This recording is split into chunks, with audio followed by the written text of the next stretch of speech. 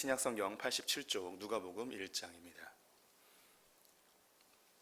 신약성경 87쪽 누가복음 1장 38절부터 56절까지의 말씀을 한 절씩 교독하시겠습니다. 누가복음 1장 38절부터 56절 교독하시겠습니다. 마리아가 이르되 주의 여종이오니 말씀대로 내게 이루어지이다 하매 천사가 떠나가니라. 이때 마리아가 일어나 빨리 산골로 가서 유대한 동네에 이르러 사가랴의 집에 들어가 엘리사벳에게 문안하니 엘리사벳이 마리아가 문안함을 들으매 아이가 복중에서 뛰노는지라.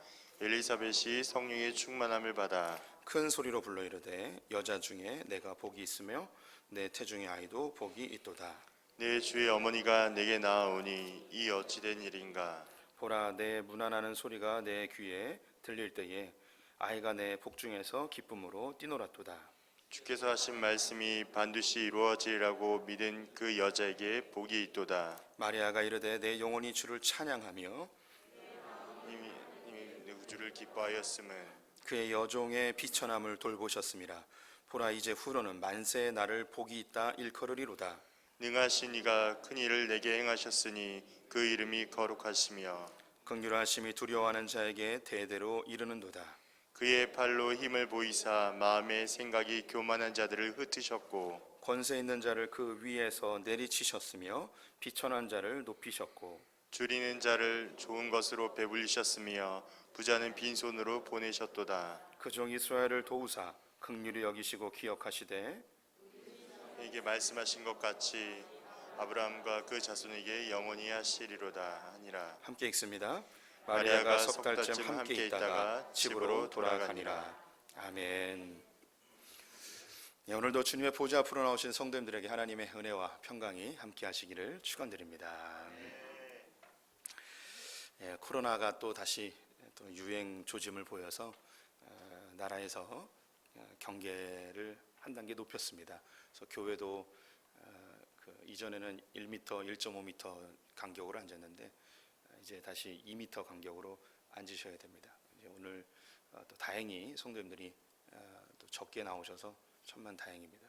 2부, 3부 어떻게 될지 또 나오지 말라고 할 수도 없고 나오시는 분들 너무 감사한데 우리 성도님들 또 생활에서도 또 교회 오셔서도 조금만 더 주의해 주시면 감사하겠습니다.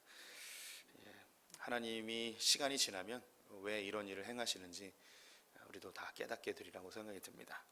참 암울한 시기인데요. 우리가 이 상황을 어떻게 보느냐가 굉장히 중요합니다. 인생에서 어떤 상황을 어떻게 해석하느냐가 굉장히 중요한 우리의 삶을 바꿔놓습니다. 제가 사진 하나 보여드릴게요. 이 사진은 저희 집은 아닙니다. 저 정도는 아니에요. 저 정도는 아닌데 저거와 좀 비슷해요. 지저분한 방입니다. 아이가 막 엉망진창으로 해놓은 것 같죠. 우리 성도님들이 이런 집에 딱 도착했을 때 어떻게 반응이 되시나요? 어떤 마음이 드시나요? 상황이 놓였어요. 지저분한 상황, 어지러운 상황, 복잡한 상황이 딱 놓였습니다. 그때 우리 성도님들이 자연스럽게 나타나는 첫 번째 반응은 누구나 다 우리 가운데 정말 소수의 특이한 1%의 사람 빼고는 거의 대부분 이런 상황이 딱 놓여지면 부정적인 반응이 먼저 나옵니다. 부정적인 반응이 나오죠. 도대체 누굴 닮아가지고 이렇게 지저분한 거야 하면서 아이를 이제 다그치게 되죠. 그 이야기를 듣던 남편이 얘기합니다. 누군 닮긴 그 아들의 그 엄마지 하는 거죠. 그래서 이제 또 부인이 얘기합니다. 그렇게 잘났어. 그럼 당신이 살림해. 또 남편이 얘기합니다. 말을 왜 그따위로 하냐고 하면서 이제 싸우게 되는 거죠. 엄마 아빠가 싸우니까 옆에 있던 애가 갑자기 겁에 질려서 울기 시작합니다. 엄마가 웁니다. 울긴 왜 울어? 하면서 이 가정에 막 불화가 생기는 거죠. 어떤 상황에 대해서 부정적인 반응을 보이면 문제는 해결되지 않고 오히려 더 복잡해지는 경우들이 많이 있습니다. 그러면 그 다음 사진도 있는데 이런 상황을 긍정적으로 볼 것인가 부정적으로 볼 것인가 우리 본능적으로 부정적으로 이제 반응하게 되어 있습니다. 이런 복잡한 상황에 놓여 있는 사람들이 많이 있어요. 그리고 인생이 완전히 망가져 있는 사람들이 있는데, 이런 사람들이 인생 역전을 경험하는 경우들이 있습니다. 완전히 새로운 삶을 살기도 하죠. 이런 사람들을 연구를 해봤어요. 이 사람들의 공통점이 있습니다. 다양한 요인들이 있는데 공통적으로 나타나는 그런 요소가 뭐냐면, 자기의 상황을 부정적으로 보지 않고 긍정적으로 본다는 거예요. 그래서 아까 그 지저분한 방을 긍정적으로 한번 봐볼게요. 엄마랑 아빠랑 집에 돌아왔는데 집이 막 난장판이 됐습니다. 엄마가 얘기합니다. 우리 아들 활기차구나. 야, 너 크게 되겠다. 야. 남편이 얘기합니다. 여보, 이거 봐. 와, 내가 하지 못했던 놀라운 지저분함을 이 아이가 보여주고 있어. 아들한테 얘기합니다. 아들아, 아빠처럼 쪼잔하지 말고 대범하게 살아. 너 역시 아버지보다 나아. 하면서 이렇게 긍정적으로 얘기했다고 합시다. 정말 제대로 된 긍정일까요? 그런 것 같진 않죠. 삶이 참 놀라운 게 부정적으로 보면은 인생이 망가지고 더 안 좋아질 거라는 그런 우리의 관념이 있어요. 그런데 본능적으로 부정적으로 나타나죠. 반대로 삶을 긍정적으로 보면 삶이 괜찮아질 거라고, 더 나아질 거라는 그런 생각을, 교육을 받아서 우리가 갖고 있습니다. 그런데 정말 부정적으로 생각하는 사람은 인생이 잘 안 되고, 긍정적으로 생각하는 사람은 인생이 잘 되고, 이렇게 또 공식을 만들 수 있을까요? 꼭 그렇지 않죠. 제가 우리 성도님들보다 덜 살았지만 주변에 조금 성공하고 좀 돈도 많이 벌고 사회적으로 인정받는 분들 여럿 만나봤거든요. 근데 그분들의 공통점이 있어요. 굉장히 부정적이에요. 욕 잘하고요. 성질 정말 잘 내고, 정말 같이 있는 게 싫어요. 그런 분들이 있어요. 그분들은 뭐예요? 부정적인데 잘 되잖아요. 제가 또 그런 분들도 봤어요. 정말 어려워요. 너무 힘들어요. 근데 너무 긍정적이에요. 삶이 너무 태평해요. 그 옆에 있는 사람들이 답답해 죽으려고 해요. 좀 상황을 좀 냉철하게 객관적으로 좀 봐야 되는데 너무 긍정적이라 뭘 대비하지도 않고 준비하지도 않아요. 그래서 인생이 더 꼬이는 경우들을 봤어요. 이게 소위 이야기하는 자기계발서나 상담 심리학자들이 이야기하는 것과 다르잖아요. 인생을요, 긍정적으로 보는 것, 부정적으로 보는 것, 세상에서는 그렇게 이야기할 수 있어요. 근데 그리스도인들은 그렇게 보는 게 아니에요.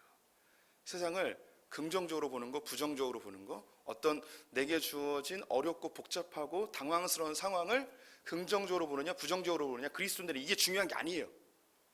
이게 아니에요. 복음은 그런 게 아니에요. 복음은 완전히 새로운 거예요.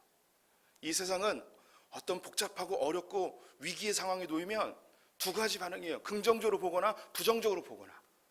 그런데 기독교는 긍정적으로 부정적으로 보는 게 아니고 완전히 그 상황을 새롭게 보는 게 복음이에요. 오늘 아주 난처한 상황에 놓여 있는 한 여인을 우리가 보게 됩니다. 너무나 잘 알고 있는 본문이죠. 처녀 마리아입니다. 이 마리아가 어느 날 환상 가운데 가브리엘 천사를 보게 됩니다. 은혜를 받은 이여 평안할지어다, 주께서 너와 함께 하시느니라 하면서 인사를 합니다. 그러면서 천청병력 같은 이야기를 합니다. 무서워하지 마라, 내가 잉태하리니 그 아들의 이름을 예수로 하라. 이 마리아가 당황합니다. 저는 남자를 알지 못하는데 어떻게 아이를 가질 수 있습니까? 우리 성도님들, 이 상황을 어떻게 봐야 할까요? 처녀가 아이를 가져야 되는 상황, 이 당시 율법에 의하면 돌에 맞아 죽어야 됩니다. 또 이 마리아는 요셉이라는 남자와 정혼한 상태입니다. 간음을 하게 되는 거예요. 사람들에게 손가락질을 당하고 사생활을 낳았다는 꼬리표를 달고 살아야 하고, 심각한 경우에는 죽음에 이르게 되어진 이 상황을 어떻게 해석하고 어떻게 받아들여야 되냐는 거죠. 내 앞에 있는 분이 천사예요. 이건 거부할 수 없는 하나님의 메시지임을 알아요. 어떻게 알 수 있냐, 잘못 본 거 아니냐, 이렇게 우리 성도님들이 이야기할 수도 있는데, 제가 몇 번 말씀드리지만 하나님께서 주시는 명령, 하나님이 내게 말씀하시는 것은 그분의 위대함 속에 우리가 단 0.0001%의 의심도 없이 이거 주님이구나 딱 느껴요. 성경에 있는 모든 믿음의 선배들이 주님을 딱 만났을 땐 그분의 실체도 없고 단순히 다른 사람들도 안 들리는 나만의 들리는 그런 음성으로 들렸을지라도 주님이구나 딱 알아요. 마리아도 그걸 알아요. 우리 이미 성도님들 중에 주님이시구나 라는 걸 경험하신 분들도 우리 가운데 있어요. 마리아는 거부할 수 없는 상황이죠. 그런데 부담스러워요. 그런데 받아들이기는 어려운 거예요. 어떻게 하면 좋을까요? 세상에서 이야기하는 대로 먼저 우리는 본능적으로 부정적인 반응이 나옵니다. 주님 못합니다. 어떻게 그러게 합니까? 내가 남자를 알지 못하는데, 돌에 맞아 죽는데 절대 받아들일 수 없습니다. 주소 잘못 찾아오셨습니다. 옆집에 있는 다른 마리아 알 겁니다. 가셔서 그 마리아를 찾아가십시오. 이렇게 부정적으로 반응할 수 있었을 거예요. 그럼 부정적으로 반응했으면 예수님도 못 태어났고 우리도 구원 못 받고 역사는 엄청나게 꼬여버렸겠죠. 그러면 마리아가 긍정적으로 반응해 봅시다. 처녀가 잉태할 수도 있지 뭐. 그럴 수 있지. 인생 뭐 있어? 한번 해보지 뭐. 한 번 죽지 두 번 죽어. 예수를 잉태한다는데, 하나님의 아들을 잉태한다는데 한번 해보지 뭐. 이렇게 긍정적으로 생각했을까요? 아니죠. 마리아는 이 위기와 복잡하고 굉장히 당황스러운 상황에서 부정적으로 반응하지도 않았고 긍정적으로 반응하지도 않았어요. 그럼 마리아는 어떻게 반응했을까요? 38절 말씀 같이 읽어보도록 하겠습니다. 마리아가 이르되 주의 여종이오니 말씀대로 내게 이루어지이다 하매 천사가 떠나가니라. 마리아가 긍정적이나 부정적으로 반응한 게 아니고요. 마리아는 이 상황에 대해서 주의 여종이오니 말씀대로 내게 이루어지리이다. 우리 성도님들, 제가 이게 문자로 읽어서 하는데 성도님들 생각할 때 이 마리아가 주의 여종이오니 말씀대로 이루어지리이다, 이 말이 주님 너무 감사합니다, 잘 됐습니다, 저도 아기 갖고 싶었습니다 하면서 이렇게 긍정적으로 받아들인 것 같으세요? 아니면 정말 하기 싫은데, 하기 싫지만 주님의 명령이기 때문에 어쩔 수 없이 내가 여종이니까 지금 수용하겠습니다, 이렇게 느껴지시나요? 네, 후자로 느껴지시죠? 너무 기뻐서 환희에 차서 긍정적으로 받아들인 게 아니란 말이에요. 너무너무 싫고 너무너무 부담되고 죽을지도 모르는 상황이지만 내가 주님의 여종이기 때문에 주의 말씀대로 내게 그것이 이루어지기를 용인합니다 라는 거죠. 이게 마리아의 선택이었어요. 이게 뭐냐면 사명이라는 거예요. 그리스도인은요, 복잡하고 어려운 상황, 위기와 당황스러운 상황에서 긍정적으로나 부정적으로 보는 게 아니에요. 이 상황에서 내게 주어진 사명이 무엇인가? 그 상황이 너무나 부정적이고 부담되고 힘들어도 내게 주어진 사명이면 주님께서 내게 명령하신 것이기 때문에 그 길을 걷는 거예요. 반대로 이 상황은 너무 긍정적이에요. 내게 너무 유익하고 너무 좋은 기회예요. 그런데 내게 주어진 사명이 이거 아니기 때문에 이 길을 안 가는 거예요. 긍정적이기 때문에 가는 게 아니고, 긍정적일지라도 하나님이 내게 부르신 그것이 이게 아니기 때문에 다른 길을 걷는 거예요. 이게 사명이라는 거예요. 그리스도인은 인생의 상황 속에서 어떻게 선택하는가? 우리 안에 부정적인 기질로 선택하는 것도 아니고, 성공학 강사가 이야기하는 긍정적 마인드로 선택하는 것도 아니고, 하나님이 나를 어떻게 부르셨는가? 내가 누구인가? 하나님 나를 어떻게 만들으셨는가? 이 정체성으로 선택하는 거예요. 이 마리아는요, 자기가 하나님의 여종이라는 분명한 정체성을 갖고 있었어요. 당시 고대 사회에서 여종은 주인이 이야기하면 아무리 하기 싫어도 그냥 순종해야 되는 거예요. 이게 종의 정체성이에요. 우리 성도님들은 어떤 분들이십니까? 지난주에 우리가 이런 정체성에 대한 이야기를 했었죠. 복음이 우리가 누구인지 정확하게 알려준다고. 복음이 우리가 누구인지 알려주면 그대로 살면 되는 거예요. 우리 베드로전서 2장 말씀 같이 한번 읽어보도록 하겠습니다. 그러나 너는 택하신 족속이요 왕같은 제사장들이요 거룩한 나라요 그의 소유가 된 백성이니 이는 너희를 어두운 데서 불러내어 그의 기이한 빛에 들어가게 하신 이의 아름다운 덕을 선포하게 하려 하심이라. 하나님 우리를 택하신 족속, 왕같은 제사장, 거룩한 나라, 주의 소유된 백성이라고 우리의 정체성을 알려주고 있습니다. 또 다른 본문들은 우리는 세상의 소금과 빛이라 이야기하였고 하나님의 자녀라 이야기하였습니다. 더불어 우리는 의인임과 동시에 죄인임도 알려주고 있습니다. 성경은 곳곳에서 우리가 누구인지 알려주고 있어요. 제가 몇 번 말씀드린 것 같은데, 성경은 하나님에 대한 이야기와 사람에 대한 이야기를 기록하고 있어요. 이 사람 중에서도 특별히 하나님의 사람들이 누구인지, 내 옆에 있는 정말 찌질하고 바보 같고 정말 꼴 보기 싫은 이 사람이 나는 생각할 때 없어졌으면 좋겠는데 하나님은 이 사람을 어떻게 평가하는지 성경은 우리에게 알려주고 있어요. 그래서 사람을 대하는 인간관계가 완전히 달라지는 거예요. 사람을 보는 그 시선 자체가 달라져요. 이 복음이 우리 안에 들어오면. 한국전쟁이 일어났을 때에, 일어나기 직전에, 일어난 후에도 그렇지만 북에 있는 많은 크리스찬들이 남쪽으로 내려오게 되었습니다. 남아있는 분들이 계셨어요. 공산당에 의해서 교회가 불타고 기독교인들이 핍박을 받는 그 시절에 북에 남아있는 성도들은 도대체 어떤 생각으로 남아있었을까요? 거의 대부분의 분들이 남쪽으로 피난을 왔습니다. 피난 오신 분들 중에 많은 숫자가 기독교인들이에요. 신앙의 자유를 찾기 위해서 내려왔어요. 제가 작년에 올 초에 베트남에 갔었는데 베트남 북쪽은 공산주의고 밑쪽은 민주주의였거든요. 북쪽에서 밀고 내려와 그 위에 그 북쪽을 공산화시키는 과정에서 거기도 북쪽에 있는 크리스천들이 남쪽으로 많이 내려왔더라고요. 그리고 계속 밑에도 공산주의가 되니까 보트를 타고 타국으로 도망을 가는 보트 피플들이 되기도 하였는데 베트남도 남쪽에 기독교인들이 더 많아요. 비슷한 상황이죠. 근데 우리 북에 있었던 분들은 왜 그냥 남아있을까요?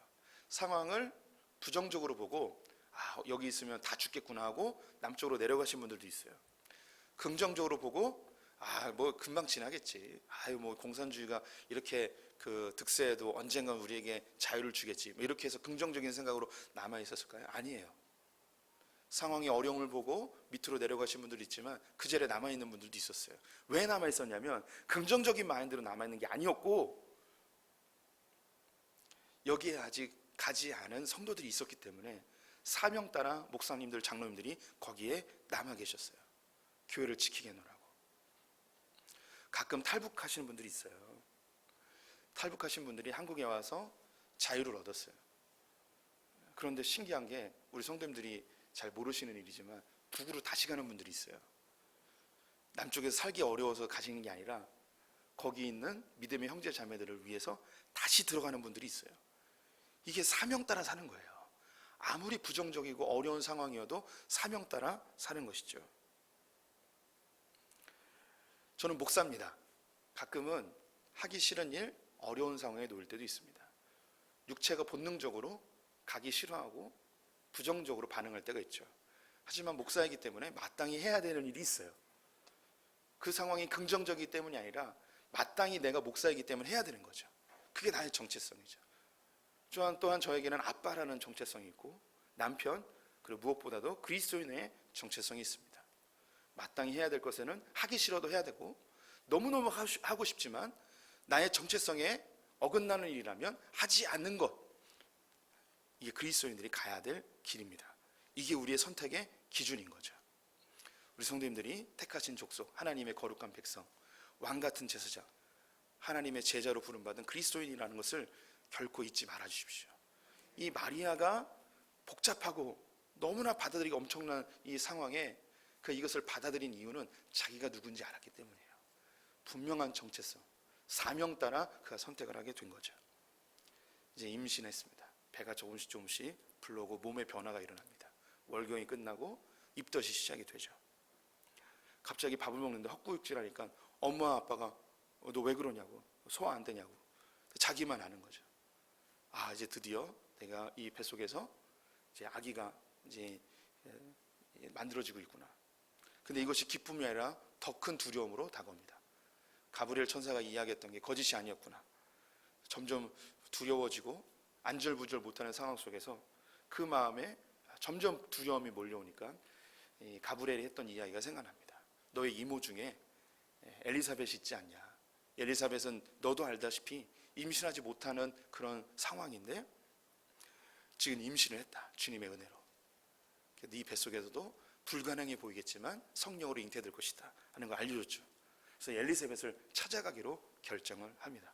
그래서 이모 집에 갔어요. 들어가는 순간 성령이 엘리사벳을 확 덮쳐버립니다. 그 태 속에 있었던 아이가 요동치기 시작하고 엘리사벳은 자기의 의지와 관계없이 마리아를 보자마자 축복의 말을 선포하게 되어지죠. 41절, 42절 말씀 같이 읽어보겠습니다. 엘리사벳이 마리아가 무난함을 들으매 아이가 복중에서 뛰노는지라. 엘리사벳이 성령의 충만함을 받아 큰 소리로 불러 이르되 여자 중에 내가 복이 있으며 내 태중의 아이도 복이 있도다. 네, 사명 따라서 결정을 했습니다. 하지만 불안하죠. 어려워요. 예수 믿고 그리스도인으로 살아가는 거 쉽지 않습니다. 하나님 말씀대로 살겠노라고 결정했지만 내 선택이 나에게 큰 어려움과 혹은 손해로 다가왔을 때는 정말 흔들립니다. 그리고 주변 사람들이 다 손가락질하고 다 아니라고 이야기할 때 그 믿음을 지키는 것, 또 내게 주어진 그 길을 걷는 것 결코 쉽지 않습니다. 그때에 이 마리아가 선택한 것은 믿음의 사람을 찾아간 거예요. 성령의 충만한 여인을 찾아간 거죠. 보자마자 축복을 해줍니다. 여자 중에 네가 복이 있도다. 여자 중에 내가 복이 있도다. 마리아가 깜짝 놀라죠. 처녀가 잉태했는데 그게 무슨 복이 있습니까? 다른 사람들에게 손가락질을 당하고 욕을 먹고 죽을 수도 있는 상황인데 어떻게 이게 복이 되겠습니까? 도대체 이게 왜 복일까요? 예수를 잉태한 게, 처녀가 잉태한 게 이게 어떻게 복이 될까요? 우리가 이 마리아가 예수를 잉태한 것은 우리가 예수님을 영접한 거하고 똑같은 상황이에요.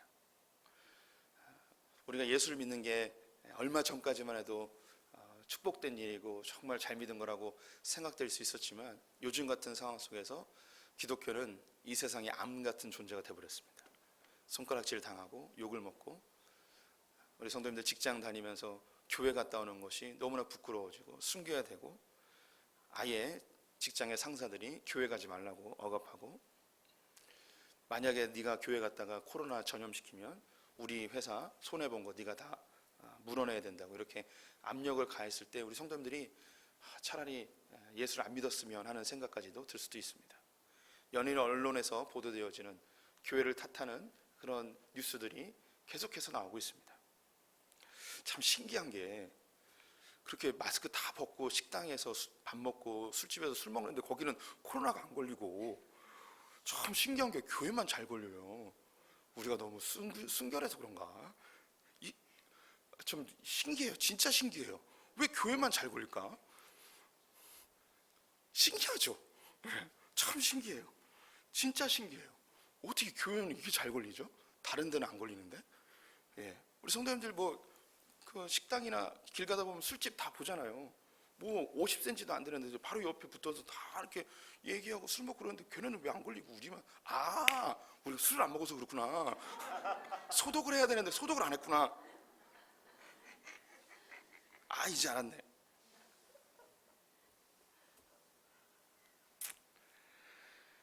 주여, 술을 먹을 수도 없고. 이상하죠. 이렇게 지탄을 받는 시대예요. 마리아랑 비슷해요. 근데 제가 이제 코로나로만 얘기했는데 성도님들의 삶 속에서 예수를 처음 영접해야 됐을 때에 그 가정의 상황, 주변의 눈초리들, 믿지 않는 부모나 남편이나 가족의 구성원들 똑같은 상황이에요. 그런데 내 의지와 관계없이 이 믿음이 내 안에 들어와요. 이게 참 신기한 거예요. 내가 믿고 싶어서 믿은 게 아니고 그냥 믿어지는 걸 어떻게 해요? 그분이 계신 게 느껴지는 걸 어떻게 해요? 여기에 중요한 메시지가 있습니다. 35절 말씀 같이 읽어보겠습니다. 천사가 대답하여 이르되 성령이 내게 임하시고 지극히 높으신 이의 능력이 너를 덮으시리니 이러므로 나실 바 거룩한 이는 하나님의 아들이라 일컬어지리라. 마리아가 잉태하는데 어떻게 잉태되어지냐면 성령이 너를 덮으신다라고 되어 있어요. 성령이 덮어서 그 안에 아기가 만들어진 거예요.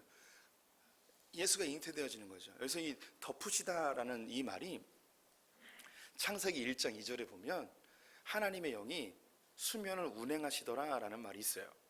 여기서 이 운행하다라는 말이 바로 이 덮으시다는 말과 똑같은 말이에요. 히브리어로 루아흐라는 단어인데 이것은 닭이 알을 품을 때 이 품다라는 덮다라는 그런 말이에요. 닭이 알을 부화시키기 위해서는 이 안에서 굴려야 돼요. 운행을 해야 돼요. 땅의 온도와 배의 온도가 달라서 온도차를 상쇄시키기 위해 이걸 굴려야 됩니다. 이걸 운행하다라는 거예요. 성령이 이 지구를 운행하고 계셨어요. 이 운행하는 게 막 돌아다닌다는 의미가 아니고 이 지구를 성령님이 품고 이걸 굴리시는 거예요. 만들어 가시는 거죠. 그래서 이 성령이 마리아를 덮어버렸어요. 마치 닭이 알을 품어버리듯이 덮어버려서 그 안에서 예수가 태어나도록 작업을 하시는 거죠. 내 의지와 관계없이 강권적으로 성령이 덮어버린 거예요. 우리가 예수를 믿는다는 건 이것과 똑같아요. 성령님이 우리를 덮어버리세요. 그리고 우리를 만들어 가세요. 그래서 에베소서 2장에 믿음은 선물이라고 이야기하는 거예요. 내 의지와 관계없이 믿음이 내 안에 들어와 버려요. 이 세상 사람들이 비난하고 욕을 하고 죽음의 위협이 있어도 내 안에 있는 이 믿음이 하나님의 선물로 들어왔기 때문에 내가 거부할 수 없이 그 주님을 믿게 되는 거예요. 그리고 이야기합니다. 내 의지와 관계없이 주님의 강력한 선택으로 그 믿음이 심겨진 예수를 영접한 그 사람이 복이 있다. 도대체 무슨 복인가? 우리가 복 그러면 돈 많이 벌고 사회적으로 성공하고, 네, 이건 복의 열매예요. 복의 결과예요. 풍성한 삶이죠. 이건 복 자체가 아니에요. 나무로 이야기하면 나무에 걸려있는 이 열매는 복이 아니에요. 복의 결과죠. 복으로 인하여 나타난 결과물이에요. 복이 뭐냐면 이 나무 가지가 나무에 붙어있는 이 상태가 바로 복인 거예요. 이 나무 가지가 나무에서 떨어지면 이 열매도 금방 시들어버려요. 그런데 이 가지가 다시 생기가 있으려면 나무 줄기에 붙어있는 거예요. 그래서 요한복음 15장에 있는 포도나무의 이야기가 나오는 거예요. 너희는 가지니 이 가지가 나무에 붙어있지 아니하면 결코 열매를 맺지 못하리라. 그 나무에 줄기가 붙어버리는 그 순간이 바로 복인 거죠. 모든 사람이 하나님과 단절되었을 때에 아브라함이 하나님의 강권적인 부르심을 받고 여기에 예스하고 반응했을 때에 하나님과 다시 접촉되어지는 거예요. 다시 붙어버리는 거죠. 이걸 구약에서는 복이라 이야기하고 신약에서는 이것을 영생이라 이야기하는 거예요.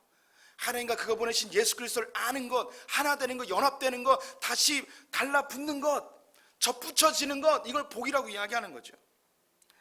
마리아가 복을 받았대요. 그 이유는 뭐냐면 바로 예수가 그 안에 잉태되어진, 예수로 인해서 하나님과의 관계가 회복되어진 이것이 복입니다. 성도님들에게도 예수를 영접한 그 자체가 복이에요. 단절되었던 하나님과의 관계가 다시 회복되는 거죠. 갈라디아서 3장 말씀을 같이 읽어보겠습니다. 이는 그리스도 예수 안에서 아브라함의 복이 이방인에게 미치고 또 우리로 하여금 믿음으로 말미암아 성령의 약속을 받게 하려 함이라. 예수 안에서 아브라함의 복을 이방인인 우리에게도 미치게 하려는 게 주님의 계획이었습니다. 우리 성도님들이 예수를 영접하는 그 순간 아브라함의 복, 다시 말해 하나님의 자녀가 되는 축복, 하나님과의 관계가 회복되어지는 놀라운 축복을 받으신 분들입니다. 하나님과의 관계가 회복되는 것이 복의 실체예요. 그러면 그 주님으로부터 공급되어지는 그 생명의 능력이 우리를 영생케 하여 주고 우리의 삶 가운데 열매를 맺게 하는 거죠. 예수가 내 안에 있는 분들 복 받으신 줄 믿습니다. 그런데 여전히 우리의 삶이 힘들고 어렵잖아요. 우리가 예수를 믿고 내 안에 주님의 자녀라는 그런 사명과 정체성이 있음에도 불구하고 여전히 삶은 힘들 수 있어요. 성도님들, 경제적인 어려움, 육체의 질병들, 세상의 조롱들, 특별히 요즘 시대의 이런 교회에 대한 괄시와 비판적 시선 속에서 살아가는 결코 쉽지 않아요. 그런데 정말 놀라운 건 뭐냐면 이 복음은 생명력이 있어서 반드시 상황을 역전시킨다는 거예요. 이 복음은 엄청난 능력이 있기 때문에 반드시 상황을 역전시켜요. 이 마리아는 사람들에게 손가락질을 받고 사생아를 낳았다는 그런 꼬리표를 달고 처녀가 잉태했다는 그런 수치를 가지고 살아가야 함에도 불구하고 이 마리아가 어떤 놀라운 고백을 하는가, 47절 48절 말씀을 같이 읽어보겠습니다. 내 마음이 하나님 내 구주를 기뻐하였음은 그의 여종의 비천함을 돌보셨음이라. 보라, 이제 후로는 만세의 나를 복이 있다 일컬으리로다. 마리아는 자기의 비천한 상황을 봤음에도 불구하고 뭐라고 선포하느냐, 주님, 나는 만세에 복을 받은 여자입니다. 나만큼 복 받은 여자가 없습니다 라고 선포하는 거죠. 마리아는 자기의 아들이 십자가에 달려 죽는 것을 봐야 했습니다. 또 예수를 따랐던 많은 제자들과 믿음의 사람들이 순교를 당하고 칼에 찔리고 사자밥이 되는 것을 직접 봤습니다. 그 이후에도 그렇게 대단하게 인생이 돈 많이 벌고 몇십 층짜리 그런 아파트를 살고 이런 게 아니었어요. 그런데 지금 보십시오. 마리아는 이 인류 가운데 그 어떤 여자보다도 복 있는 여인이 되었고, 많은 사람들의 칭송을 받고, 좀 지나치긴 하지만 어떤 천주교 사람들은 다시 신적인 존재로 그래 추앙까지 하는 그런 존재가 되었습니다. 이게 복음의 역전이라는 거예요. 마리아가 인생이 완전히 역전되었어요. 나사렛 시골 촌뜨기 여자가 인류 가운데 가장 복받은 여자로 바뀌어버린 것이죠. 그래서 그 뒤에 이야기합니다. 나와 똑같이 예수를 영접한 자들에게는 이러한 인생 역전이 일어나진다. 51절에서 54절 말씀을 같이 읽어보겠습니다.